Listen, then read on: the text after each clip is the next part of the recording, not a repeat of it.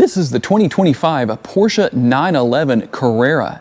Is it the ultimate sports car driving experience? Hey everybody, it's Tom from Vehicle Visionary. I hope you're having a great day. Today we're back at Porsche Shreveport and we're going to go over the details on what is ultimately a requested video. My friend Sunjib requested this video from us, and so we're going to make it happen. Now don't worry, we're going to get out on the road and do a test drive, not in this exact model, but one that's outside. So we're going to show you what it's like to drive this 911 Carrera out on the road. If you want to know more about it, check out the link down in the description of the video to the Porsche Shreveport website. And there are some changes to talk about. First of all, this is ice gray metallic. The exterior color really pops nicely under the lights here in the showroom at the dealership. So what are the changes for 2025? Well, first of all, for those of you that use your blinkers, this will be very meaningful to you. No longer have the blinkers down here in this area. That opens this area up for extra air intake. So all the active air that we have here with the front end, well, it increases just a little bit. But you'll notice the new design here with the headlights. So we're going to have 4 LED lights, and we also have the LED daytime running lights and LED turn signals.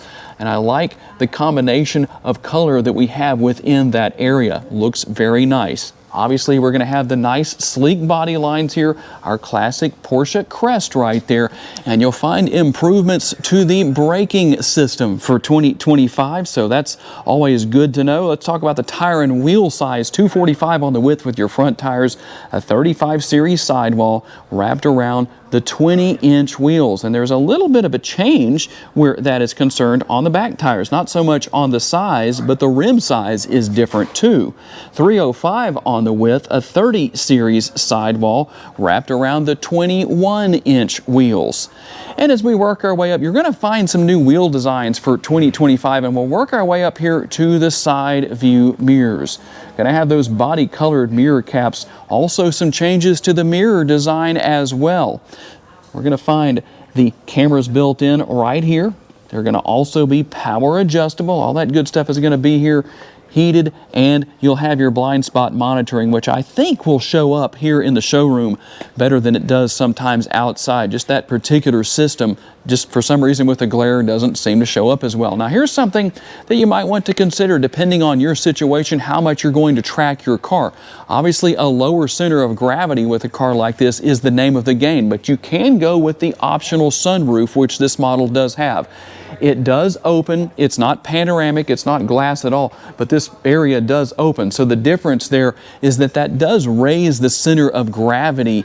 It's not as low as it would be, but maybe not that big of a deal. And we'll work our way around here to the rear and take a look at the changes here as well. We're going to have our LED tail lights, and notice the light running all the way across right here. Personally, I like that. I think it looks good. I think it looks right. And you'll also notice something right here. Instead of having the Carrera logo, we're going to have the 911 logo. Kind of a little bit of an old school look. I think that's nice. And instead of what we used to have here with what ultimately came out to 911, a lot of you will know exactly what I'm talking about back here.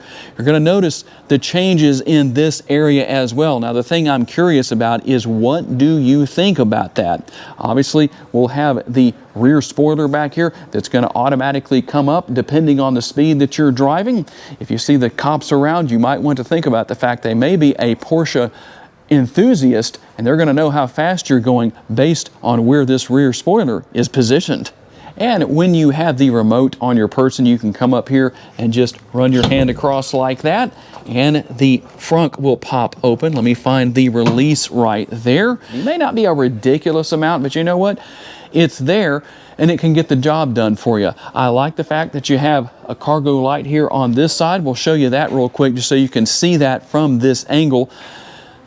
Would like to see that maybe on both sides, but probably not that big of a deal in such a small area. And just so everybody knows, I'm going to close this the right way. And on the driver's side door sill area, you're going to see a couple of releases. That front release is for the front. The back release is for the rear area back here. I'm going to have Austin go ahead and hit that. And what that's going to do is open this area. And we'll show you what we can show you, but not much. Now you will see the cooling fans right here. You'll see the areas where you can put in oil and coolant and things like that back here, but we can't show you the engine, but I can sure tell you about it. And you know that it's a 3-liter because of what we have right here. So it is the 3-liter turbocharged 6-cylinder. It makes 388 horsepower and 331 pounds-feet of torque. That's all mated to an 8-speed automatic transmission. And we'll work our way over here real quick. Something interesting to tell you about. We're going to tell you the MPGs first. We're looking at 18 city, 25 highway, 21 combined, and 4.8 gallons of gas per every 100 miles driven. But that's not what's interesting. Normally, you would have a 16.6 gallon gas tank, but this is the long-range gas tank that this model has, and that means that it holds up to 22.1 gallons. What about the sticker price? This is one of the lightest Porsches you can buy. So you're going to get a very high performance vehicle that handles great. It's going to cost you $156,075 as this model is optioned out. So I'm going to grab the camera from Austin here real quick and show you one of the other big changes here, which is going to be right here. Your first digital instrument display, driver's display. I'm curious to know what the purists out there think about this. A lot of people want those old analog gauges, even though we have analog here, but they are truly digital. So that's what we're going to have. Very interesting. And another change we have, you no longer have that key, basically what looks like a key over here that you turn to start the engine. Now you have a button. So we're going to have that. We're also going to have a tilt and telescopically adjustable steering wheel. It is power adjustable. I don't know how easily I could show you the button, but it's right here on the steering wheel. And there are your steering wheel mounted controls. You're going to have your paddle shifters on the steering wheel as well. And also right over here, we'll have our turn signal indicator stalk, turn signal stalk right there. For those of you who like to use your turn signals and be kind enough to let people know what's going on around them. And over here, here's where you're going to control the windshield wipers. Now, we're going to move up here. Something that won't change, obviously, is what we have right here. I think you know what all we have there as far as what that is. That's always going to be here, I think. How about our infotainment screen here? Nice and clear graphics. I like that. It's easy to learn. It's easy to use. We can go up here and scroll up to get through some of the different settings here and different options that we have as far as what you can use. We're going to go up here. You'll have your built-in navigation. I know a lot of people like that. You're going to have wireless capabilities for pairing your smartphone. You're going to have Apple CarPlay and Android Auto right there, as you can see. And I like this area right here because you can rest your hand there. And that's how it makes it real easy to go and work your way around in the screen. You're going to have your displays right here. If you want to change the driving display, that's really so simple. I probably don't need to spend a ridiculous amount of time on it showing you what all is there. But I think you can figure that out. The hunt and peck method does you really well where that's concerned. Now, when we go into vehicle right here, you're going to see quite a few things that you can do. I'm going to spend a little bit more time here. We can go into our driving modes and make changes to the driving mode depending on what you want. You have a wet mode, you have normal mode, sport, and sport plus. And we can X out of that. Obviously, you can make those same changes. There's two here, normal and sport with your chassis. And we're not going to be able to tell you about it right now or let you hear it, but the sport exhaust system. But we will let you hear that later on in the video. Now, the one thing that I wish maybe had a physical button is right here, the auto stop start. But there's how you can turn that off. And you can change the position of the spoiler back there if you want to by simply pushing right there. So how about your assistance? Now, you have the additional features right here. Here are some of your features. You have speed warning and lane keeping assist. You're going to have lane departure warning. I'm not going to cover every single one, but you can see what all is here. There's actually quite a bit when it comes to your driving assistance, your driving aids. And then how about your trip? Here's the information under that area. And comfort. There you go. As far as your ambient lighting goes, You can go in and make changes there. Just to show you some of the features and the functionality that's here, in case you're wondering about some of the things you can adjust and change, that's what you're going to ultimately have. And throughout the rest of the interior, we do still have some physical controls here. As you can see, I like that. We're also going to have our climate control here. As you can see, physical controls. I like that Porsche still has a lot of physical controls for functionality here. We're also going to have our controls for volume and changing the stations. And here is your shifter as far as this particular model goes. So that is something that's, well, interesting. A very unique shifter, not something that really matches what I've seen in a lot of other vehicles, but that's typical Porsche. Let's not be like everybody else. And you can see right here how we open the sunroof right there if we want to do that. And you have your ventilated and heated seats. Now, one thing that's interesting in an interior of this size is that you only have one cup holder. So not a big deal where that's concerned, but that's what you have. A power parking brake right here if you want to engage or disengage that. And let's see here if I can open the center console. Not a lot of space there, but a little bit. There's your wireless charging pad. Let's put our phone on there. I don't know if that will work right now or not. Let's see what happens. Let that come on, come on. There we go. And a couple of USB options. And let's see if Austin can turn around enough. This is kind of interesting to show you the back seat area. I think it's just there, so this isn't necessarily considered a roadster. Keep your insurance a little bit lower that way.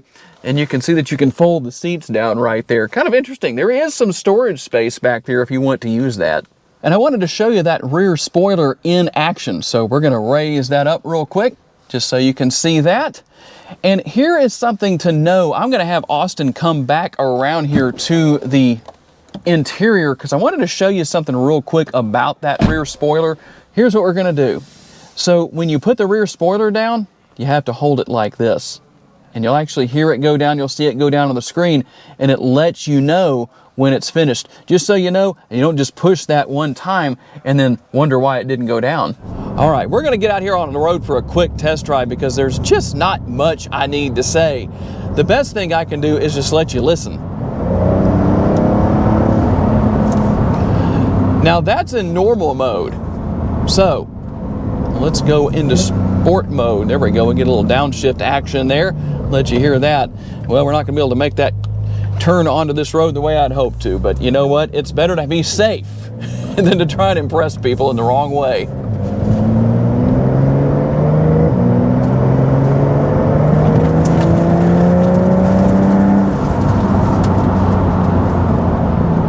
And even hearing all that gravel and everything that's coming up off the road, hitting the inside of the fender wells, it's just part of the experience. It makes you feel more involved.